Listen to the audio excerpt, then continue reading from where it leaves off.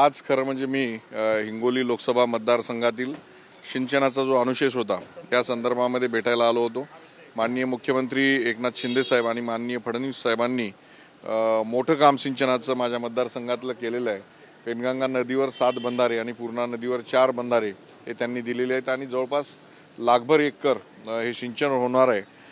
तर याचे उद्घाटन तातडीने करावेत या संदर्भामध्ये माननीय उपमुख्यमंत्र्यांची भेट घेतलेली आहे आणि त्यांनी येण्याचं सुद्धा कबूल केलेलं आहे। ही जी जागा आहे ती जागा शिवसेनेची 1990 पासून शिवसेना लढत आहे आणि निश्चित ही शिवसेनेची जागा आहे आणि त्या दृष्टीने आम्ही कामालाही लागलेले आहोत। माझ्या मनामध्ये कुठलाही संदेह नाही। ज्याच्या त्याच्या पक्षाचा अधिकार आहे पक्ष वाढवण्याचा आणि कार्यकर्त्यांचा अधिकार आहे तिकीट मागण्याचा, परंतु जागा ही निश्चित शिवसेनेची आहे आणि शिवसेना लढवेल। तुम्हाला त्या खासदारकीच्या तिकीट नाकारलं तर तुम्ही तुमचं पुढचं पाऊल काय असणार?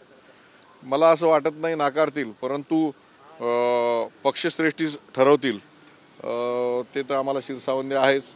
कदाचित त्यांच्या मनामध्ये त्याच्यापेक्षा मोठं द्यायचा काही विचार असेल। परंतु ज्या पद्धतीने महायुतीमध्येच आता कुठेतरी कम्युनिकेशन गॅप पाहायला मिळतं। खरं तर रत्नागिरी आणि सिंधुदुर्ग लोकसभा मतदारसंघावरती देखील भाजपने दावा ठोकला आहे। एकीकडे मावळ लोकसभेवरती भाजपकडनं दावा ठोकला जातोय। सातत्याने जिथे महायुतीमध्ये मित्रपक्षांच्या जागा आहेत तिकडे भाजपकडनं दावा ठोकला जातोय। त्यामुळे तुमचे शिवसेनेचे नेते रामदासभाई कदम म्हणतात की भाजप कुठेतरी शिवसेनेला संपवायला निघाली आहे। मला असं वाटत नाही। युतीच्या नेत्यांमध्ये एक चांगलं कम्युनिकेशन आहे आणि प्रत्येक ठिकाणचे कार्यकर्ते त्यांचा पक्ष वाढावा म्हणून अशा पद्धतीची मागणी करत असतात, परंतु शिवसेनेच्या जागा आहेत त्या निश्चित शिवसेनेलाच भेटतील। शिवसेनेच्या किती जागा आहेत? कारण की विद्यमान शिवसेनेच्या 18 जागा आहेत, त्या 18 जागांवरती तुमचा दावा कायम असणार आहे का? शिवसेनेच्या मागच्या निवडणुकीमध्ये 22 जागा होत्या, त्यापैकी 18 निवडून आले होते। 18 जागा ह्या मागितल्या पाहिजे असा सर्व खासदारांचा माननीय शिंदे साहेबांकडे आग्रह आहे।